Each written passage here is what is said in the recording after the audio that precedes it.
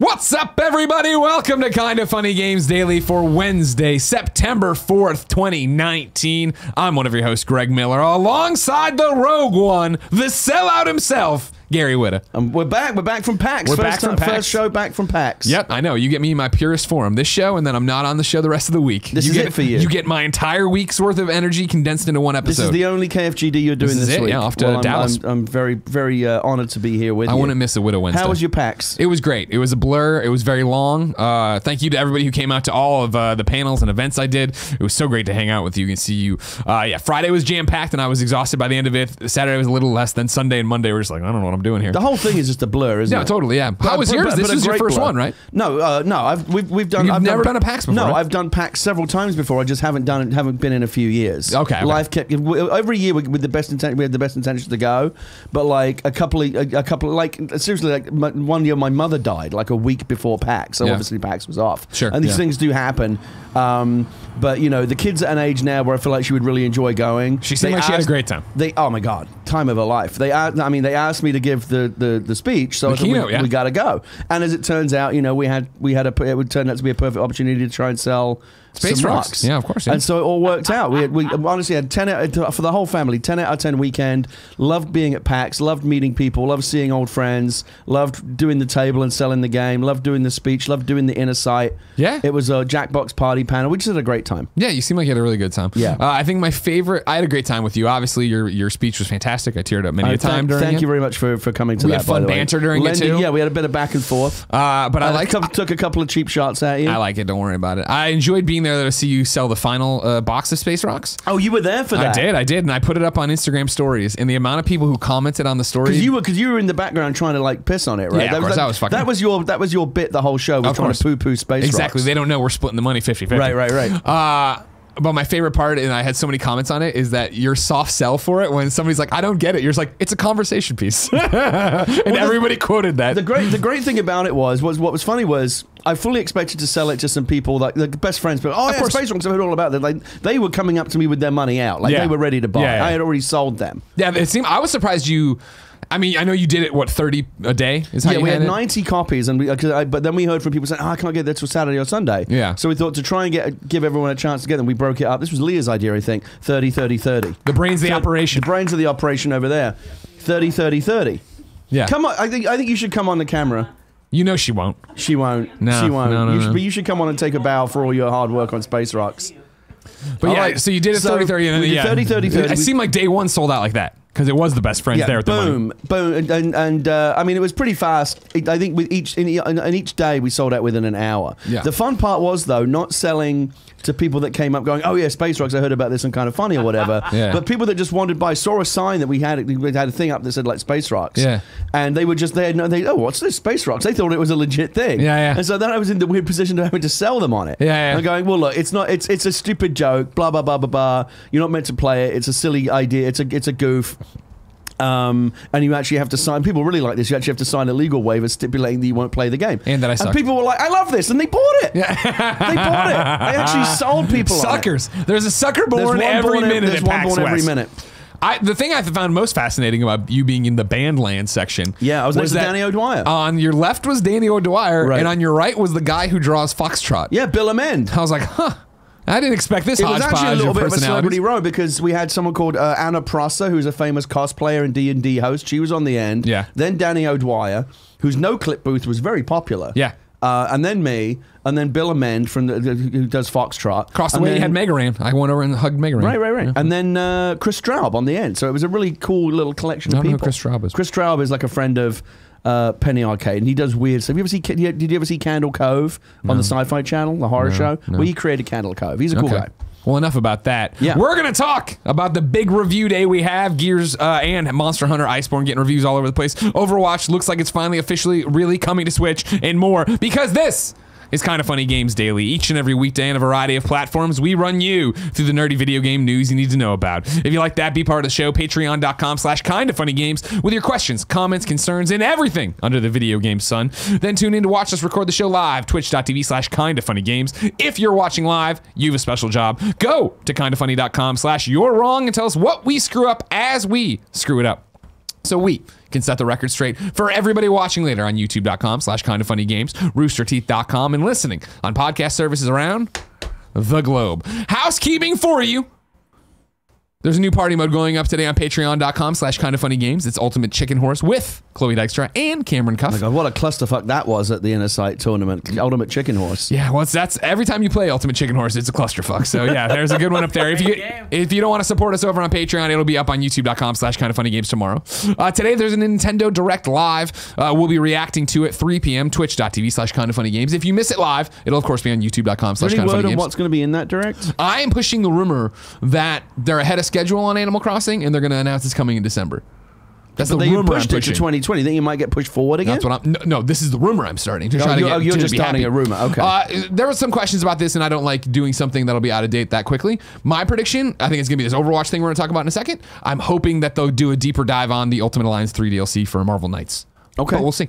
Okay. I, Greg Miller, am on the 200th episode of My Xbox and Me. You can get it wherever you get your podcast. It's brand new and dropped today. What are you doing an Xbox podcast? That's kind of off brand for you, isn't it? Maybe that's why you should turn to go listen. You know what I mean? See what's up over there. Talk about that. MC Fixer himself. And then, as I mentioned earlier, Fran and I are hosting the Borderlands 3 launch party Friday night in Dallas. If you're not in the Dallas area and you don't want, because you can come, you can go to the Gearbox site and sign up for it. You can watch it live on twitch.tv/kindoffunnygames. We'll be hosting the twitch.tv/Borderlands stream. Borderlands 3 drops on Friday? No, this is the launch party. Okay. So they're doing that. You know how developers always do their launch parties and like everybody blows off steam? Yeah. They're doing it as really all the devs are coming there and hanging out and celebrating, but then they're also inviting like 3,000 fans. Then they're also doing a whole streaming and there's musical performances and we're hosting the stream that cuts both. People will be playing it. There'll be new announcements. So not a release party?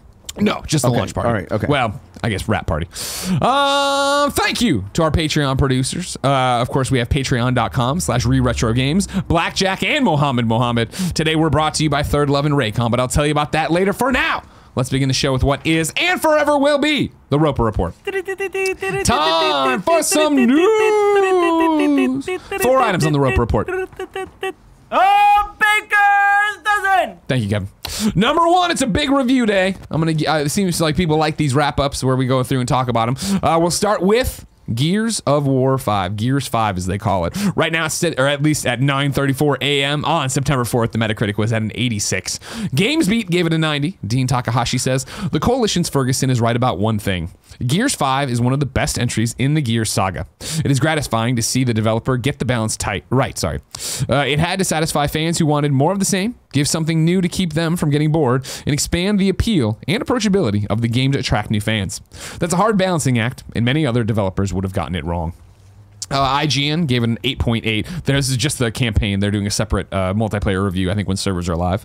Ryan McCaffrey writes, Gears of War may have initially thrived because it refined and helped revive the third-person cover shooter, but it has survived for a much less obvious reason. It is heart.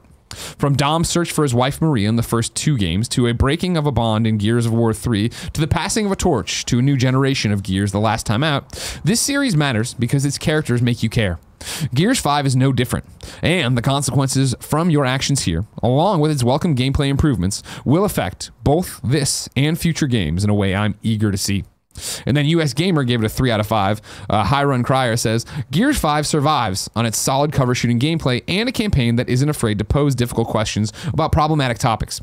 But the largely stagnant horde mode and general mess of an escape mode really pull the sequel back from being a bold step forward. So this seems like largely very good news. I've always been a fan of the Gears series from the beginning. I will definitely be playing this. The only little downside here is that Horde, I love Horde mode. Horde mode is one of my favorite things in Gears. If the Horde mode this year is not the best, that's a bit of a bummer. According to US Gamer, and I think that's interesting, especially if they're bringing that in, that's the multiplayer stuff that IGN's reviewing separately. Right. So I don't know, you don't know how that'll affect the score over there and how that goes. I mean, but, you know, generally sounds like big thumbs up all around. Yeah, sure. Yeah, I mean, if it sounds like it's more of what Gears people want in terms of you gonna play this? I'm going to try it. I try every Gears. I was talking about this on my Xbox and Me podcast, episode 200 up right now, is that I remember distinctively in Gears 2 playing that with Levi Buchanan when we were both at IGN, like 3 in the morning one night, screaming into a pillow at the fucking driving mechanics, trying to get out and not get crushed. One of my all-time favorite gaming memories is playing Horde mode with the old Giant Bomb crew. I used to love it so much. Sure. Yeah, for this one, I mean, I'm going to play it. The problem I have with it, of course, is travel schedule and then Borderlands being so close. Right. When is Borderlands? Borderlands is a week from Friday, the 13th. Shit, okay. Yeah. So that's the thing is like with me going out of town this weekend because I'm doing the event on Friday. Then I'm gonna go see my family in Chicago. It's gonna be a very big switch. It's not ideal, is it? Really, Borderlands and Gears dropping so close. A lot of people are gonna have to make a choice. Yeah, that's the thing, right? And I'm more of a Borderlands person in terms of what the world I like. You gotta get me that PlayStation code so we can play. Yeah, I know. Hook me up. Calm down. You know, it's not you're on staff. I need you for content. Hey, hook me up too, dude. You're on. You've all been requested. What were we requested for? Borderlands code. Oh, nice. I hate you. Thanks for the hookup, dude. He's such a monster over there. Are you going to try Gears this weekend, you think? Or are you going to try to get into it? Yeah. Yeah. Okay. Is it out today? It's this week. Hold on, I have it in the GamePassed news. Because you're a GamePassed person. I have Xbox Game Pass now. Yeah, I know you So do. I get it via that. Yeah, September 5th is when it dropped. Gears 5 Ultimate Edition. That's tomorrow. It's September 6th for Gears Game Pass Ultimate members. Okay. Standard Edition is available September 10th for Xbox Game Pass members. Got it. But you're Ultimate, right? Should be. So it's 6. Why is it listed on number 5 on the official? Why is it? Whatever. Xbox lists that as an update going live. Oh, maybe you can preload it. Okay. That'd be interesting. All right. Whatever. September 6th then. The other big review dropping, of course, is Monster Hunter Iceborne. Right now, it has a Metacritic of 90 at 9:41 a.m. and dropping on September 4th. Nope, sorry, that's not right. Metacritic of 90 at 9:41 a.m. on the 4th today. Iceborne is a big expansion. Huge expansion for Monster Hunter. Over at Easy Allies, they gave it a 9.0. Ben Moore wrote, and then somebody talked about it. In the most vital ways, Iceborne nails what it needs to be as an expansion. It's easy to marvel at both how much there is and the quality of how much of it. Quality of so much of it. I'm not putting it together today, sorry. There are things this review hasn't even mentioned, such as the elaborate endgame, but these elements are probably better to discover on your own. There is no doubt that Iceborne is worth both the money and time, leaving such an impression that it's hard not to be optimistic about the series' future. The 6 Axis also gave it a 9. Dominic Layton wrote, Monster Hunter World is deservedly Capcom's most successful game to date, and the Iceborne expansion amplifies everything positive about it. More incredible monsters, new lands with a wealth of ways to upgrade your hunter will have fans in rapture, while new players yet to experience the delights of monster hunting can rest assured that there's never been a better time to join the hunt. And then Game Informer gave it an 8.25. Kimberly Wallace writes, stepping back into Monster Hunter World for Iceborne reminded me how much I adore this game, but it also exposes its flaws. Capcom didn't improve much for the expansion, like once again having a boring tower defense story mission and making you separately watch scenes solo before you can join up in co-op. Even so, surviving together to get that jackpot of materials for better gear hasn't lost its allure, and Iceborne challenges you to be a better player with teammate with a better player and teammate with its arduous fights. Okay, yeah, that's right. The return trip is worth it. Just don't expect many upgrades to the experience. It's like reading with my kids sometimes, Kevin. No. I have to jump in and help if the sentence is too difficult. It's usually pronunciation, but for some reason today I'm missing like an A and then the whole thing doesn't make sense. What are you drinking there? More iced coffee. It's all I drink today. I mean, that's probably you why. gotta get jacked up. You're too jacked. I think I might be too jacked. Yeah, that's what I'm saying. I think I might be too jacked. You're over jacked. I'm wound too tight. You know what I mean, guys? You ever get that one? So tight. Thank you. You gonna play Monster Hunter? Did you ever play the first time? I got it. I was just gonna say while reading that story about how great this expansion is, it kind of bums me out that I couldn't. Monster Hunter never quite clicked with me. I wanted it to, because it sounds like it's a lot of fun. Obviously. Oh yeah, we had a great time. It didn't quite click with me. Yeah, really? Yeah. Yeah, we all enjoyed it quite a bit, but again, it's in the same situation of I put 130 hours into it.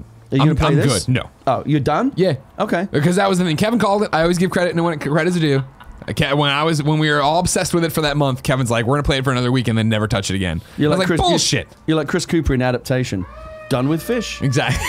I'm like, the sirens are on our end. I was like, we'll come back to it. We'll do this. And Kevin's like, no, once we leave, we'll move on to other things. Right. And so, yeah, like I played it at E3, the Iceborne expansion. I thought it played great. It was more Monster Hunter. It's awesome. I'm just not looking for that experience again. What do you think is the longest you've ever stayed with one game? DC Universe Online. DC Universe Online? How many hours do you think you've got in that? Well over 900 now. Seriously? Yeah. Wow. Well, they did when they did up at noon, it was something like what 700, I think, and that was a long time ago. Long time ago. Hey, you must be excited. This Joker movie is apparently good. I'm very excited about that. I'm excited to go see it. Yeah, me too. You got to connect. Can you get us in the premiere? Did it already happen? It's like a month away. I don't have those kind of connections. I think it was Andrew Reiner today, but I think somebody else in the video game industry put up a funny tweet that was like, games, You interested in this game? Are you interested in this title? The review drops today. The game's out tomorrow. Movies. You interested in this movie? The review drops a month before the release date. Hope you remember. Like, yeah. I hate that crap. It's funny how that Didn't works. we get invited to the premiere? Not exactly. Okay. So no, basically, not exactly means no. It was one of those influencer opportunities. Do you want to come see the Joker movie? And I was like, sure. But it was like they wanted me to go away for like a billion days. And I was like, this isn't. Okay. No, I can't. No, All right. That's not how this works. Anyways, Iceborne's doing really well. Tyler Drummond wants to clarify this because, of course, I'm a dumb kid who hasn't been paying attention to Gears. You can play Gears 5 with the Ultimate Edition or Game Pass Ultimate as of 9 p.m. your local time on September 5th. Then staggering releases for standard editions / regular Game Pass. Thank you. I don't like that all makes this sense. staggering. Just release the game. We got Ultimate Game Pass. What do you care? You're fine. That's true, but even in my privileged position, I'm looking out. Here's the difference between you and me, Greg. Oh, here we go. When I rise to a certain position in life, I don't fucking pull the ladder up behind me. I'm still reaching down and helping others up. You're such a monster. Because you know people really believe that. I read the fucking comments on this thing. Like, Gary's a man of the people. Gary's a man of the people. I'm like, these suckers, they fell for it This again. Gary climbs in his fucking Tesla and drives to Hollywood to fucking write another movie. He doesn't give a shit. He's just sitting there like laughing at you as he sells you fucking plastic rocks. You all find this Pied Piper's leading you off the goddamn edge. I'm with you. It's confusing for no reason, but I also understand. Hey, we want to get more money out of you. We're trying to put more content into the Ultimate Edition. I get it. It's the dirty part of making money. It's all business. Now you see, but here's the thing. What? When are you going to do Ultimate Edition of Space Rocks? You know what I mean? Well, Selling early Let me edition. tell you something. Based on the massive success of Space Rocks at PAX, and given that I've had multiple, I'm not making this up. Sure. Multiple people contact me saying they would pay $100 for a copy of Space Rocks if I shipped it to them. Now, I'm not going to charge anyone $100, but we are going to be investigating ways to get Space Rocks into the hands of more people. We're investigating maybe a special edition. I'm telling you, the future of Space Rocks is very bright. The story's just beginning. Here's what annoys me the most. Because what I've discovered is the more I found out that it irritates you, the more I want to do it. Here's what really drives me crazy, though, is you act like you're so surprised that people want to play Space Rocks and buy Space Rocks. I am genuinely You keep surprised. teasing video games and VR and shit. Yeah, I read your tweets. Yeah. I remember when fucking Dreams was coming out. And I was like, Gary, you should make Space Rocks in Dreams. And your response to me, you know what it was? What? The game's about beating people. The game's about violence to other people. How would I make this in Dreams? But since then, Greg, I had an epiphany. And the epiphany was that I can make money doing this. I hate you. A man of the people. Sits here and bullshits about microtransactions. Won't give you the free level in Dreams. Everybody makes Space Rocks in Dreams. Yes, Kevin. Did we get a copy of the Space Rocks? Hell no, I don't want I've got one set aside for you. I'm going to bring it by. Don't worry. There it is. We should play it as a party mode. Yeah. You've got to do party mode. But it'll be one of those that'll be funny until Andy gets poked in the eye really hard. I say it's 5 minutes of you guys sitting around the table trying to like talk yourselves out of playing it. That's the whole party mode. Okay.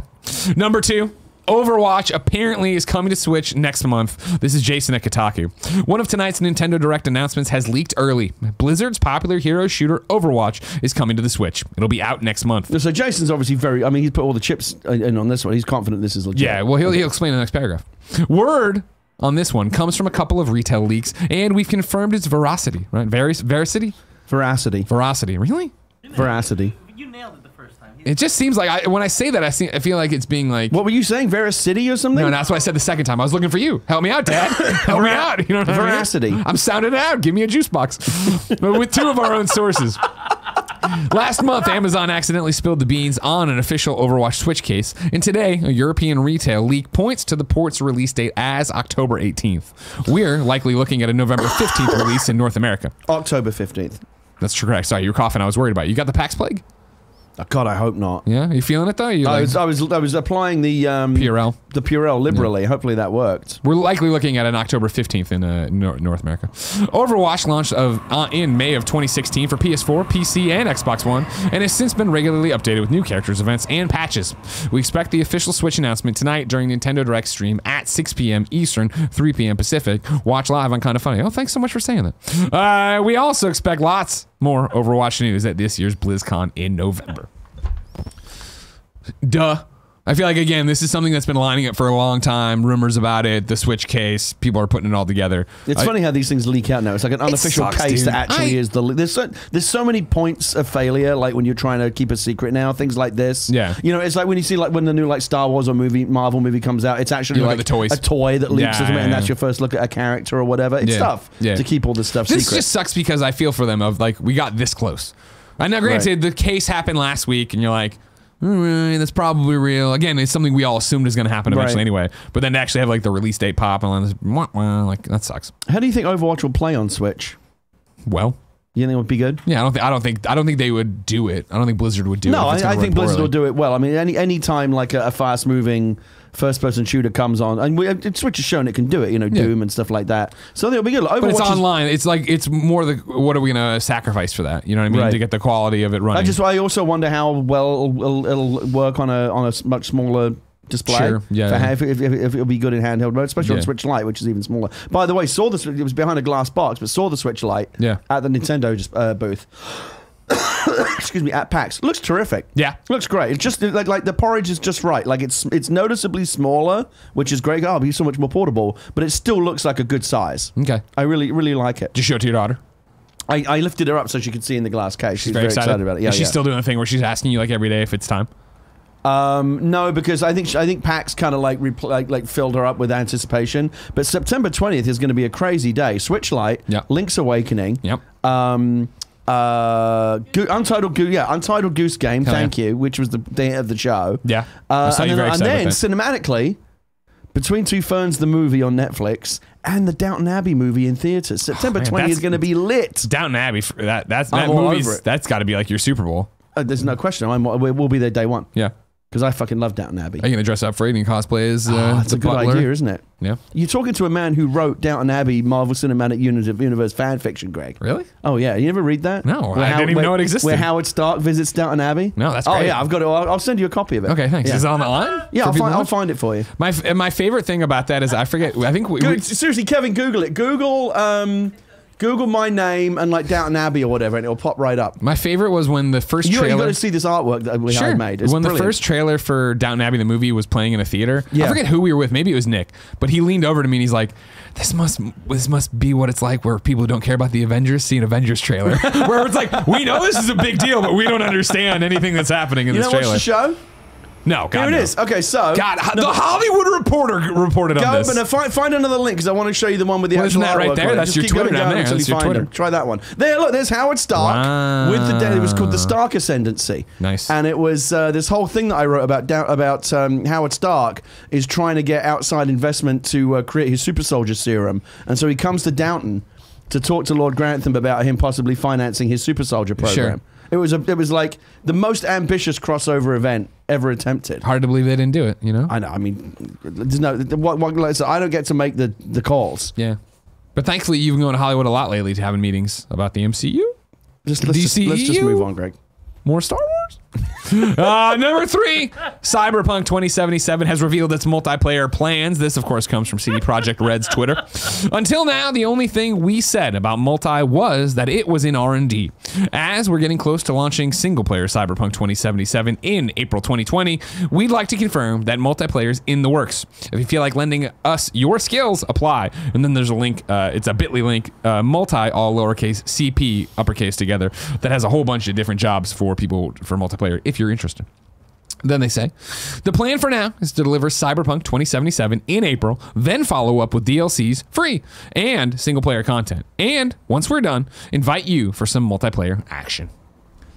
Do you care, Gary Whitta, about multiplayer in Cyberpunk? I'm into Cyberpunk. I would say the multiplayer aspect is probably the aspect that I care least about. Yeah, I mean, to me, that's a story-driven, experience. Yeah, I want to get immersed in the world. I want to get immersed in the characters and the story. They're obviously done some great world building. I'm excited for that. But running around shooting each other like paintball in the Cyberpunk world I don't care about that. And that's my thing. Again, Greg Miller, man of the people. I'm excited that people are going to buy this game and continue to get content for a long time. You know what I mean? You've forgotten what $60 actually feels like in your pocket when you give it away to somebody.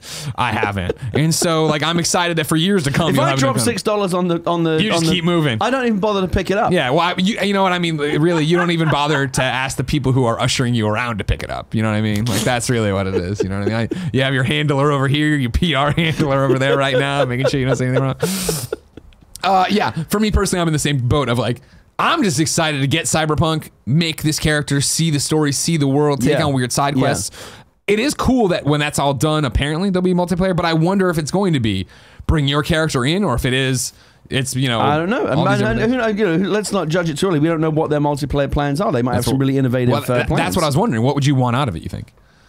I don't anything other than just like deathmatch, capture the flag, the usual bullshit. Like I want them to come up with something that feels like it belongs in that world. Can I give you a pitch? Yeah, sure. What if it was you took your character in and it was asynchronous multiplayer? Okay. So you know you all come in with your characters, and then once every round or whatever match, you choose. Okay, you've been picked as the Cyberpunk. You're going to play as your character. You've built up and all the stuff you've done. There's a mission for you to carry out, and the other 4 or 5 people that are playing multiplayer with you are in the world as just agents or whatever, trying to take you down, trying to stop you before you happen. I would love, I have very, very, very fond memories back in the day of The Matrix Online. Who doesn't? Which very few people played, but actually was really, it wasn't perfect by any stretch. Sure. But I really enjoyed playing it. It was the only other MMO other than World of Warcraft that I ever got into. Okay. And maybe this might be too ambitious. Maybe this is the next step, like Cyberpunk MMO. Yeah. But I would love like a persistent Cyberpunk world that we could all hang out in. That would be terrific. Yeah. We'll see. Eventually.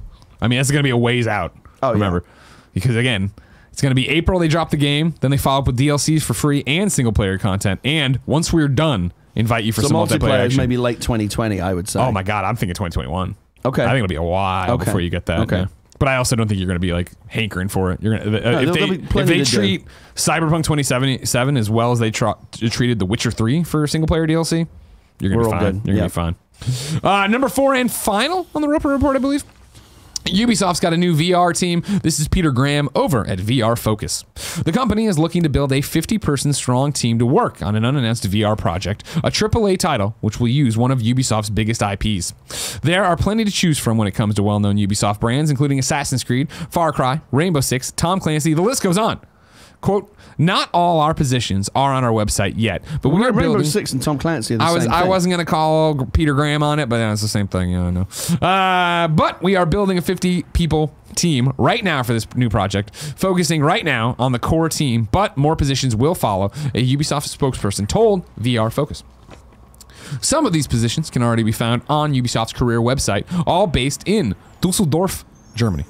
It looks as though the team will be part of Ubisoft Blue Byte, a Dusseldorf-based studio. Am I saying it right? Because I feel like you're not correcting me, but I'm nailing that. Dusseldorf? Dusseldorf. No, you actually nailed that. Crushed it. Perfect. Out of the gate. Studio, which has worked on several brands, including Anno and Tom Clancy's Rainbow Six Siege.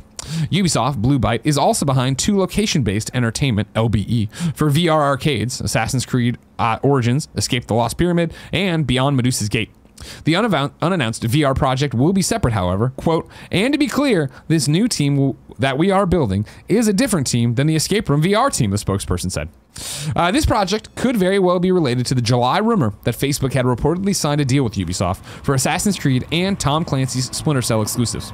Nothing has been confirmed to date, but as mentioned, they are 2 of the biggest IPs the video game company has, warranting a decent team. That's exciting. Yeah, I'm really glad to see big companies continuing to put dollars into VR because it's been a struggle. You know, VR. It's a slow burn. It's a long-term play. Yeah. I saw a statistic the other day that said of the 100 top-selling games of 2019 so far. Yeah. There's not a single VR title in there. The top-selling VR game did not even crack the top 100 overall. So it's still very much a niche market. Sure. But companies are continuing to push into it. The technology is getting better. I had an interesting chat with our man Rio from PlayStation about the future of PSVR and stuff like that. Cool dude. Rio? What's his name? You mean Gio? Gio, sorry. I was thinking of Duran. I was listening to Duran Duran earlier. His name is Rio. video and he talks about VR. Oh, that's good. That's good stuff. That's good stuff. It's just all blur in Gary's head. Geo, Your PAX-riddled brain. Is that your first time you met Gio Corsi? Yeah, really nice oh, guy. Wow. No, really Gio's nice a long time kind of funny Yeah, I best like friend. him a lot. Yeah. Loves the Vita too. And you know, I'm hoping that the technology is going to. I hope that PlayStation will continue. There'll be a new version of it. It's got to go. Like, again, the key, as I've said it a million times, it's got to go wireless. That's why the Oculus Quest is so popular. Well, right I know, now. and I think that's why I think for PlayStation 5 and whatever they end up doing with VR 2, I think that will be wireless to an extent. Yeah, it'll be. I think you're gonna have that battery pack tethered or something. In my hope, there will be whatever comes with PlayStation 5 in that generation. Yeah. We will see a next gen PSVR that is fully wireless. That's got to happen. If you're serious about VR, you've got to get rid of the fucking wires. When you say fully though, because here's my thing: is are you talking? I mean, in a perfect world, it just I have the Quest on my head, sure, but it's still tethered to the PlayStation 4. Or are you saying like completely? It's got to be untethered from the PlayStation entirely. But I mean digitally tethered. Do you want a PlayStation Quest? I don't care if it's still using the processing power of the player, but there's no actual physical tether. That's what you've got to get rid of. I'm not saying it has to be a self-contained unit. What about the wireless Vive, where you have like the battery pack on your belt? I'm for again, any incremental step towards getting you untethered from the console is a step in 100%. The right direction. I think you will. I think that's obviously what's happening. I think PlayStation has been so bullish about it. Like, and I you know that I'm a Sony pony or whatever, but more as somebody who's watched PlayStation launch many initiatives and then back away from them, whether it be the Vita, whether it be the Move. The fact that they have committed and continue to commit, and the fact they have like the Iron Man game is awesome. Yeah. When that game gets out, like that's going to be another system seller for PlayStation VR. Right. In the same way, I think Beat Saber caught people off guard, and people were all about Moss for a while and Astrobot. Like that was the thing is like the fact that it hasn't faded away, the fact that it has continued to have amazing games drop for it. Like that's why we're doing the PlayStation VR show. It hasn't faded away, but it hasn't exploded either. We're waiting. I think the fate of VR is still very much in the balance. Sure, but I think to PlayStation in particular, I think they were the ones who capitalized on it the most, right? We always point back to this GDC conversation in 2015 we had where Lauren Lanning came through. Yeah. And we were talking about, oh man, Oculus, oh man, Vive, PlayStation. He's like, PlayStation's the one who will actually succeed. He's like, they're the ones who already have the install base. It's cheap. It'll be good enough compared to everything. Right. And that's how it'll go. And that's how it has gone. We got to keep pushing through, though, because I do believe in VR. It's had a rocky start, but I still believe in it. Then we'll give it 10, 15 years. We will look back on what we have now as like the way we look back on Atari 2600 games. Like, Here's my question this was good? Here's my question. I want, like, 10 years from now, Greg, put it in your calendar. You and me, The Division, fucking holodeck level Division, like just in the streets of DC or wherever the fuck we are, tearing. Well, have you played Fireteam? Have you played Fireteam? What's he doing? They're getting ready for the next show and they can't do it well. Is that the one with the? Yeah. So I'm gonna get. Have you played that? No, I'm gonna get hooked up with that. Geo's hooking me up. Nice. Okay, so great. But that's still not. I'm talking about like the full Ready Player One holodeck. Like I want to get there. Okay. And I don't know how long it's going to take to get there, but I want to get there. Yeah. No, we will get there. Here's my question for you. You say it had a rocky start. I don't know if I fully agree. I think it had too many people who had dollar signs in their eyes trying to get into this. Right. I think there's a bit of a gold rush there. I think the launch and ramp up of games, both on PlayStation, on Oculus, and Vive, has been great. Right until we get to where we are right now, where you see everything succeeding in the Quest being so amazing. Right. I just feel like so many bean counters were like, we're gonna fucking crush this. Everybody wants this tech, and then they had the. And right now, VR is just a license to lose money, but you've got to keep pushing. The tipping point will come when the technology and the accessibility of it gets to a point where it becomes truly mainstream, and everyone's like, "Oh my god, I got to have this thing in my house." But we're in those difficult gestational years right now. Right. Okay. We'll get there. We will get there, everybody, and I can't wait to get there. But there is still so far away. Gary, if I wanted something more immediate, say what came to the mom and grop shops today, where would I go? The official list of upcoming software across each and every platform as listed by the Kinda Funny Games Daily Show hosts each and every weekday. Yeah. Out today, Remy Lore, Lost Girl in the Lands of Lore is on PC. Monochrome Order is on Xbox One and PC. Post-War Dreams, Xbox One and PC. Departure Dash is on PC. Dragon Clash is on PC. They've got to be making some of these up, right? What is Departure Dash? Are you trying to get to your airplane? I was going to say, if it's running through the airport, I'm in. If that is running through an airport trying to make your plane, I feel like I've got to check that out. Dragon Clash, I already said on PC. Singled Out on PC and Mac. Please tell me that's not the MTV show. I think if it was, it would be MTV Singled Out, and I would be all about it. Okay. Armello, the award-winning digital board game from League of Geeks, brings a new story heroes, quests, and more with the Dragon Clan DLC available now via Steam for Windows, PC, Mac, and Linux. Playism is proud to announce that Night Cry for PlayStation Vita is now available on European PS stores. It lives. And then Minecraft has DuckTales DLC out today. If you want to go. DuckTales DLC for Minecraft. Kev, you got that trailer? I'm looking for it. Do we have Departure Dash? It's not going to be what we want it to be. I'll go to new dates. It could be. I so want it to be, but it won't. It won't. You're running. Oh, wait, it is. Oh wait, hold on. No, it looks like you're doing the manage your own airport operation. Well, first okay, let's check it out. Hold on. Oh man. Ding ding ding ding ding. Manage airport operations. Is it like Airport Tycoon or something? Yeah, it looks like. Or are you just like an air traffic control person? Keep your passengers happy. Keep your passengers happy. Okay. This looks like a mobile game. Yeah, it does look like a mobile game. This is on PC. Oh, that's my phone in the other room. I download it.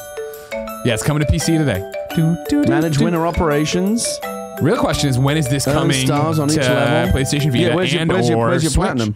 All right, I got Kevin, it. let me see the description to see if it tells me other platforms in there. Departure Dash. Available Google Play in the App Store August 2019. So theoretically, all right, so it is a mobile game, but it's also coming to PC now. So you might get a PlayStation version. But I do want. We should. If only we knew any game developers where it was like side scroller. You're running with your bags, trying to get, maybe top down. Like Paperboy, but new dates for you. Azure Reflections. So suddenly they've moved your gate to the other side of the airport. Totally, and you gotta run over there. Exactly. You got a hunger level. We all relate to that. So what are you gonna do? Do you have time to go get a real meal, or do you have to go get like just a candy bar and hope you're all right? Azure Reflections, the vibrant side-scrolling bullet hell from Sony Music Entertainment Japan's publishing label unites, and developer Souvenir Cirque is coming to Steam September 20th. Co-op survival RPG Tribes of Midgard PC open beta is running September 5th through the 9th. Trail Makers hits 100,000 early access sales and announces a full launch for PC and Xbox One on September 18th.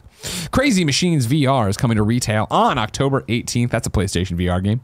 And then Ashen, the critically acclaimed action RPG, is coming to PlayStation 4, Nintendo Switch, and Steam in December 2019. We also had a breaking one that I don't have all the information. I have a lot of information on, but I can't boil it down. You ready? Okay. What you got? A press release right as we went live came through. EA and PopCap's wackiest shooter franchise grows with Plants vs. Zombies Battle for Neighborville. As founding PopCap Studio today announced Plants vs. Zombie Battle for Neighborville, a new game that welcomes players to Neighborville, a suburban region where the clash between flora and the undead is always flourishing. Is this a garden warfare thing? Yeah. Okay. PopCap is launching the next title in the beloved Plants vs. Zombie franchise with a whole new way to play ahead of launch. Featuring over-the-top action that fans of previous Plants vs. Zombie shooter titles have come to know and love. Yeah. Players can jump down into Giddy Park for light multiplayer battles or use the new social board to interact with other players and group up. Players will unravel the threats of 3 free-roam regions, including the familiar central location of Neighborville, town center, as well as adventuring through the outer edges of Neighborville in the hot and dusty mountain steep and the lush and strange weird woods regions. For those wanting to jump into the head of launch, when is the fucking launch? I hate it when they do this. It's like, where's the information on when the game's coming out? They're announcing it. I don't see it. Oh, here we go. The fun doesn't stop. Their players can partake in festivals after the game's October launch. For those wanting to jump into the fun ahead of launch, Plants vs. Zombies Battle for Neighborville Founders Edition is available on PC, Xbox, and PlayStation. The Founders Edition is an early edition of the game. You love these. Offering fans a chance to become a founding neighbor where each week for 6 weeks, new parts of the game, including new multiplayer modes, free roam regions, and other exciting features will go live in the run-up to the global launch on October 18th. In addition to early play, founding members earn exclusive rewards and are able to carry the progression to the full standard edition when they receive it at no additional cost. The digital-only Founders Edition is available globally today until September 30th for the Founders price of $29.99. Founders Pack also included in the Origin Premier Access, yada, yada, yada. Where is just PVZ3? That's the one I care about. Oh, you just want another one of the mobile ones? Yeah, I just want the original Plant vs. Zombie. That's Even if they did, it would be like how they did 2, where it was like microtransaction out the butt. Yeah, you're probably right. Like number 1 was just perfect. Oh, perfect. Yeah. But yeah, that's the thing. That, like, EA got a hold of it. I know a lot of people like the shooter, Plants vs. Zombie. Like, it actually is one that people enjoy. It's never been my cup of tea. Yeah, so I don't care about it. Go get them if you want. Deals of the day for you. Strap in. There's a whole bunch of news updates on that Game Pass. So we're going to start with Xbox Game Pass for console. September 5th, we'll see the addition of Dead Cells, Metal Gear Solid HD Edition 2 and 3, Creature in the Well, Gears 5 Ultimate Edition. This is the one we were talking about. September 6th for Game Pass Ultimate members, Standard Edition September 10th for Game Pass regular members. Then September 12th, Enter the Gungeon and Goner Blueberry Edition. But here are the games that are leaving. Onrush, September 4th. Lego Batman 2, September 6th. Joyride Turbo, September 6th. Explosion Man, September 6th. The Maw, September 6th. The rest of these are September 30th. Lego Indiana Jones, Shantae, Half Genie Hero, Split Second, Ninja Gaiden Black, and The Hunter, Call of the Wild. Then PC will see these editions this month. Bad North, Jotun Edition, Creature in the Well, Dead Cells, Enter the Gungeon, Gears 5 Ultimate Edition with those same dates I talked about earlier, Goner Blueberry Edition, and Shadow Warrior 2. I give Xbox a lot of shit, but the Game Pass thing, they're kind of nailing it right now. Do you give them a lot of shit? Yeah, I guess. I don't know. I don't think that. I mean, on the list of things Gary gives shit, it's Greg Miller, microtransactions, big ass companies. Well, and I've said that I was talking about this on my stream last night, twitch.tv/Gary Whitta. I was talking about this. He's making moves. About how I've always gravitated more towards being an Xbox person just because I like the controller better. And because I've been on Xbox Live since the original Xbox. Most of my friends are there. Like, given a choice, the Xbox One's got a little bit more power than the PlayStation 4 Pro. Sure. So if it's on a multi-platform, I'll generally go over there. Yeah. But if you ask me right now, do you want to buy an Xbox One or a PlayStation 4? And I could only have one, I might gravitate towards the PlayStation 4 just because I feel like there's a better variety of games over there. But Game Pass, I think, is really, really helping 100% close that gap. Game Pass is awesome. It's a great Game value. Pass is an amazing service. I think Game Pass is better than PlayStation Plus right now. Yeah, oh yeah, 100%. I don't think you can argue the other way against that. Yeah. Mike, because I think PlayStation Now is the other thing, but even that, I think Game Pass is better than PlayStation Now. But we digress on that one. Okay. I'm looking up a question about Game Pass and all that jazz, right? To get involved. Two things I want to point out about what you just said about now that you're starting, Xbox versus PlayStation. I want to hear about this controller you got at PAX with the offset sticks for the PlayStation. Yeah. And then also I want to point out, of course, you're talking about what most of your friends used to play on Xbox. Of course, you want to come to PlayStation 4 now. You're at that age where most of your friends are dying.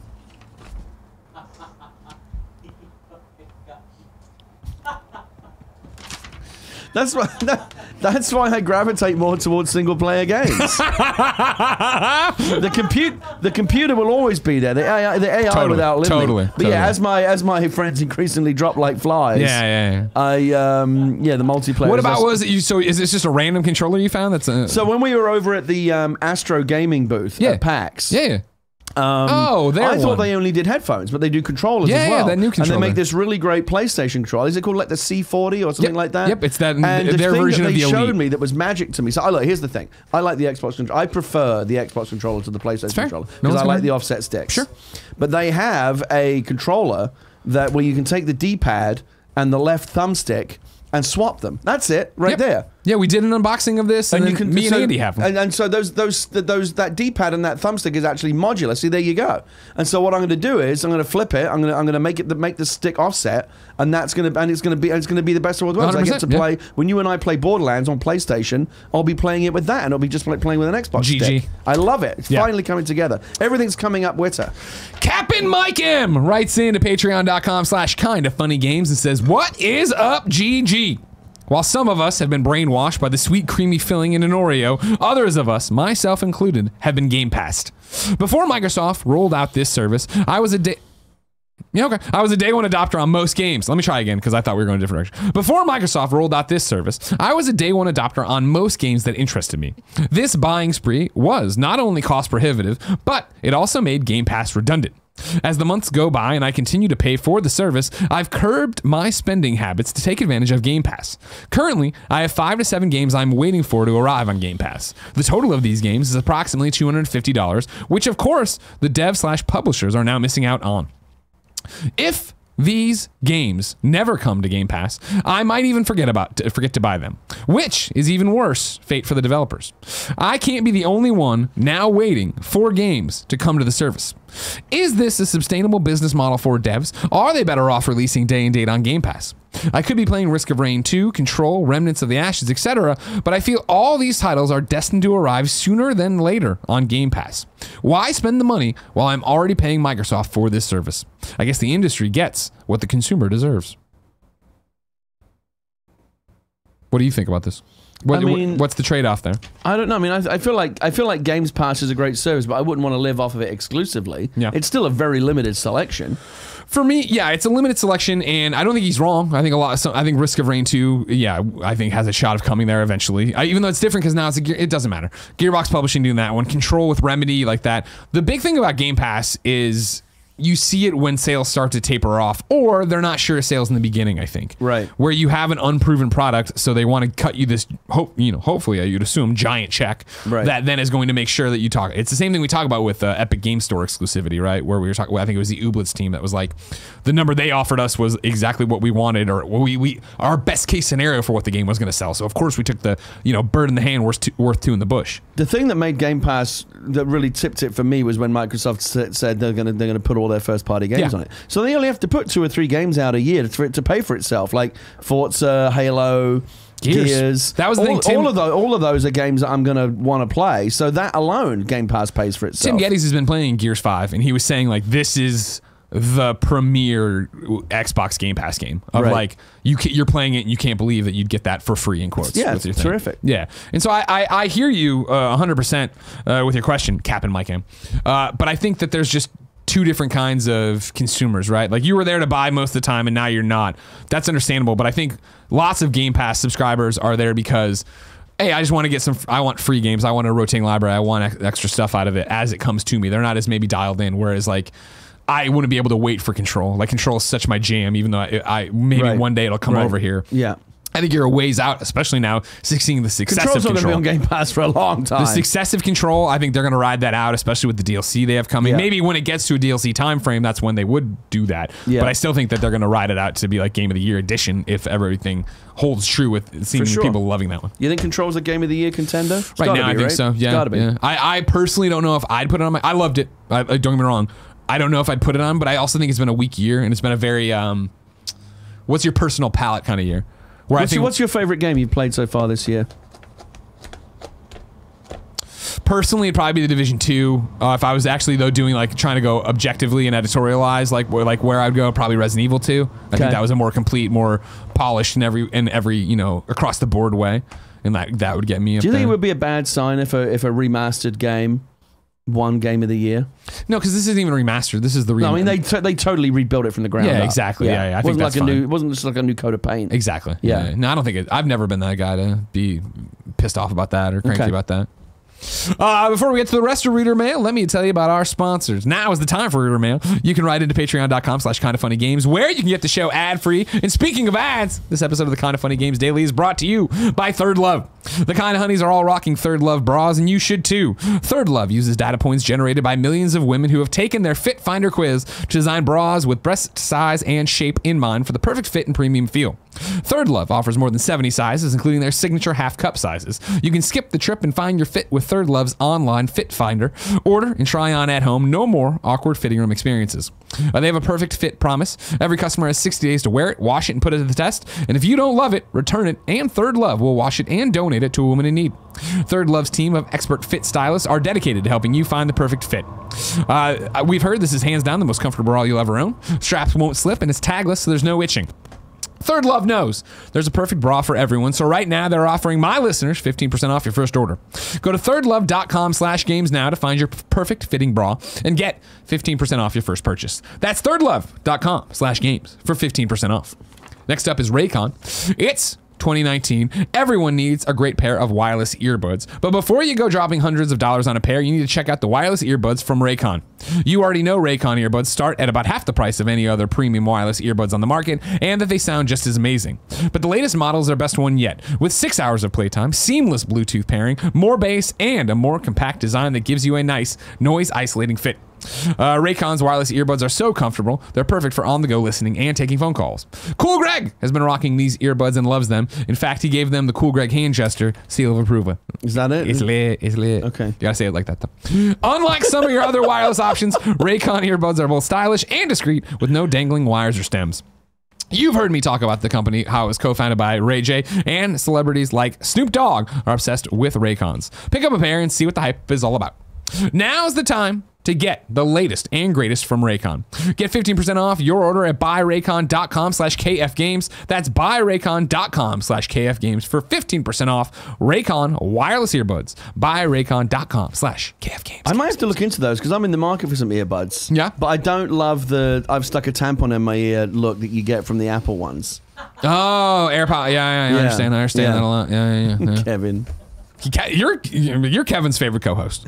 Nobody laughs like that. Link R6469 writes into patreon.com/kindoffunnygames and says, "Good morning, Greg and Gary. With the speculation that Nintendo will add SNES games to Nintendo Online, do you think they will add them to the service for free or charge extra for them by either a higher monthly/yearly fee or maybe a $10 to $20 app you buy once they add games to it month over month? Thanks for everything you guys do. You make my commute more bearable. Shout out to the Kinda Funny Guardians and the Destiny 2 clan Gaia. You guys are the best. Link R, 6469. You think when they add SNES games, they're gonna charge more? Well, first of all, I'm glad you said when, because of course it's inevitable. Yeah, it's inevitable as the sun rising in the east that Nintendo will eventually add Super NES games to the Switch online platform. I mean, is there a possibility it could even be in the Direct today? I guess.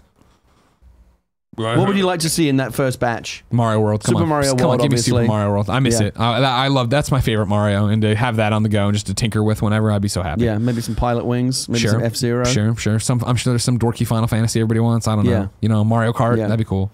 No, I'd like to see it. Big fan of the. I do not think they'd raise the price if it gets dropped into Nintendo Online. They absolutely should not do that. They should keep the price the same. And I think that they want to keep you subscribed and they want more people to subscribe. So I think that's the easiest way to do it and bring you in there. But yeah, I think that'd be a really, really bad look if they finally did that. I would like. I feel like Nintendo has been slacking a little bit with how they've been adding to that library. Every month you get like 1 or 2 new games. Come on, they've got a massive library. I know it's. But they're trying to curate, right? They don't want it just to be a bunch of crap. Sure, but come on. I feel like they can give us a little bit more than what they're giving us for what we pay. You know that I'm not the Nintendo historian, but it seemed like one of the reasons and one of the things fueling the SNES talk was the idea that they finally seemed like they probably had all the good ones from NES up. Right. Like the games you actually wanted were actually there. Fair enough. So I don't know. We'll see. Dapper Steven with a PH writes in to patreon.com/kindoffunnygames, just like you can, and says, "Great Games Radar Plus just put out an article that stated that a Capcom USA employee stated on 4chan that PlayStation All-Stars Battle Royale 2 is in the works. Is PlayStation crazy enough to do it? This quote-unquote leak stated potential characters in PlayStation All-Stars Battle Royale 2's roster included Spider-Man PS4, Aloy from Horizon Zero Dawn, Kratos from 2018's God of War, and even Spyro and Crash, which all these could make sense. However, anyone could guess that. And with this coming from someone on 4chan, it's not very verified, of course. But it's fun to pretend." I'm not even gonna comment on it. It came from what's next, Greg? Getting our fucking game news from InfoWars? I appreciate you, Gary Whitta, on so many levels, and none more than the level you're on right now. Thank you. My entire career built on PlayStation, covering PlayStation. And when they fucking killed PlayStation All-Stars Battle Royale, right? The rest of my life has been spent with these fucking PlayStation All-Star Battle Royale 2 rumors. It's not happening. And if it was happening, the rumor would, I'm not going to believe Capcom from 4chan. It's just, I don't believe it. I mean, here's the thing, of course, one day I'll be wrong. One day there'll be a PlayStation All-Stars Battle Royale 2. Sure, whatever. Maybe? Really though? Really? Because I don't know. Because PlayStation doesn't fuck around much anymore, do they? The crazy PlayStation is gone. It's a big corporation PlayStation now. I think Medieval's crazy enough. You're getting a Medieval game, everybody. That's fucking weird. You're getting Ready, Set, Heroes. This weird 2v2 dungeon crawler that's coming out on PC as well. That's weird as well. Do they really? They're Apex Predator right now. They're putting out fucking killer exclusive after killer exclusive. When are they going to come out? They're going to do a state of play? Where they, hey, PlayStation All-Stars 2's here. We understand everybody didn't like the first one. And that's a fucking lie because a lot of you did like it. And now you're all here singing a different tune. But it didn't work. We had to kill the studio that did it. It wasn't pretty. All right, we understand that they went out of it. It was bad. It was bad all around. Now we're back? We're doing another one? Because fighting games are so popular in 2019? Shut up, everybody. I don't believe it. Until Shuhei Yoshida walks through this fucking door and says, here it is, Greg. Don't believe it for a second. Because again, what are they going to do? They put all the people from the failed game into the new one? You'll get Knack 3 before you get that, Greg. Let Knack go too, everybody.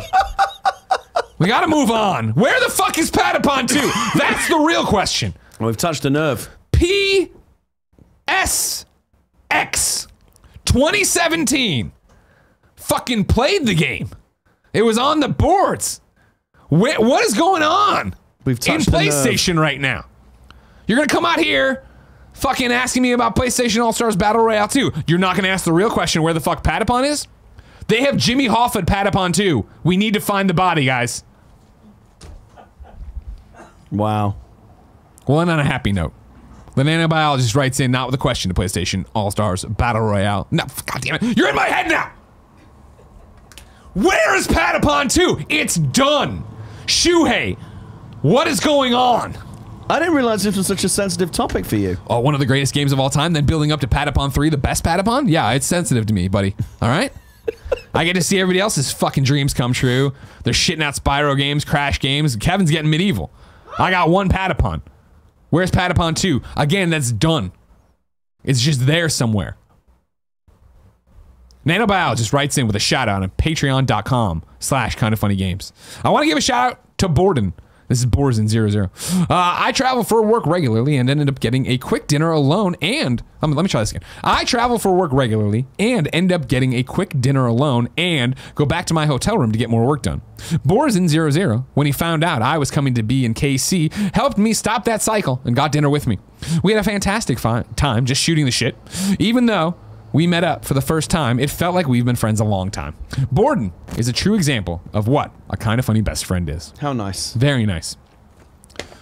You know what else a kind of funny best friend would do? You went off and just had a random lunch with a kind of funny best friend at PAX, didn't you? I did, yeah. I ran into a kind of funny fan on the street, and I was like, all right, cool. Let's go get lunch. And the best part was that he was going to the IGN panel, and I was like, you could do that, or you could go get lunch with me. He's like, let's get lunch. I'm like, fuck IGN, yeah. Wow.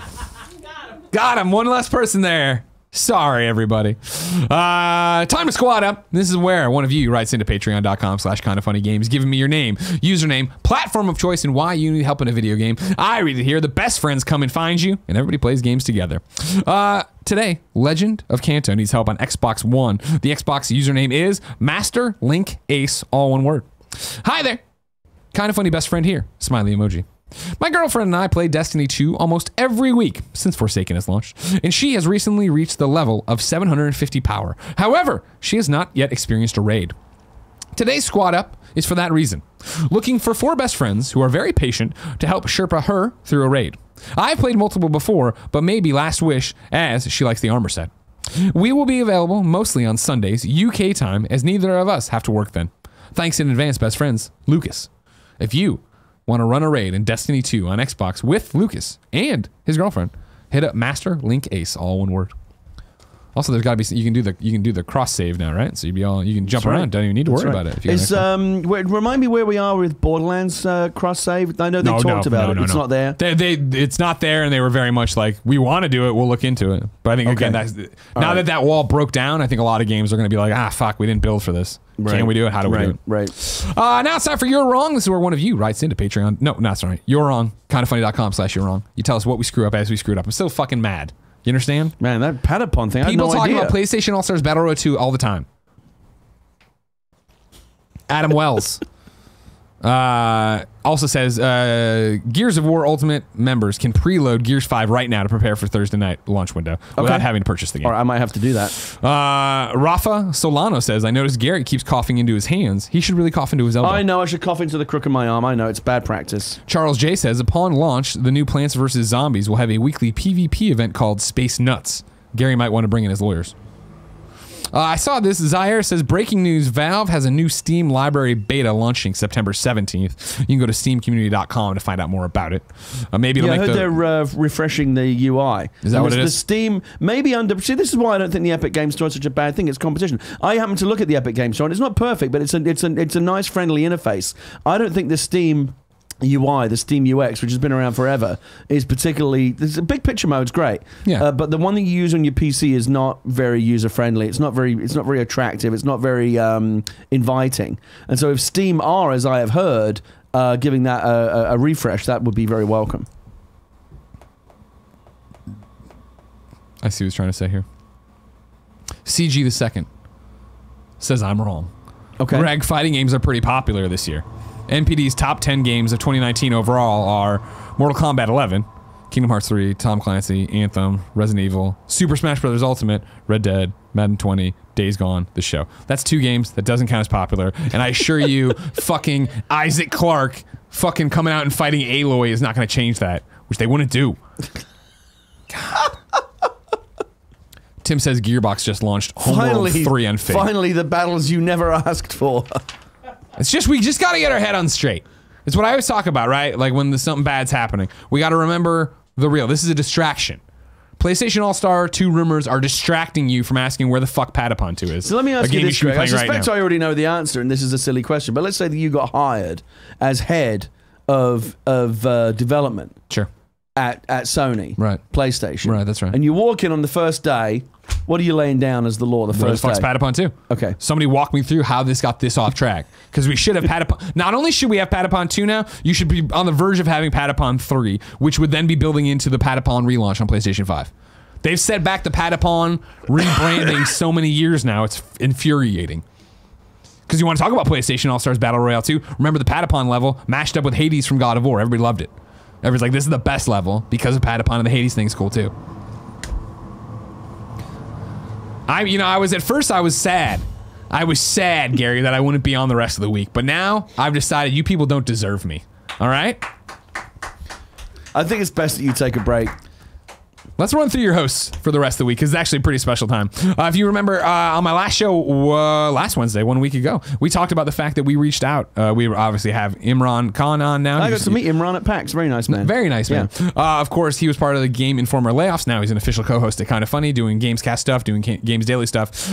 We reached out to him to talk to the Game Informer crew, the people who had been laid off, so we could bring 2 more of them out here to co-host with him for the rest of this week. And so remember, tomorrow, it's Imran and Surreal, formerly of Game Informer. And then Friday, it's Imran and JV, formerly of Game Informer. Important note is that on top of giving them Games Daily on Thursday and Friday, we're giving them the GamesCast tomorrow. Meaning that if you want to go to patreon.com/kindafunnygames and support us so we can help support our friends, you can watch live 2 p.m. on Thursday as Imran, Surreal, and JV go through and do it. That's 2 p.m. Pacific time.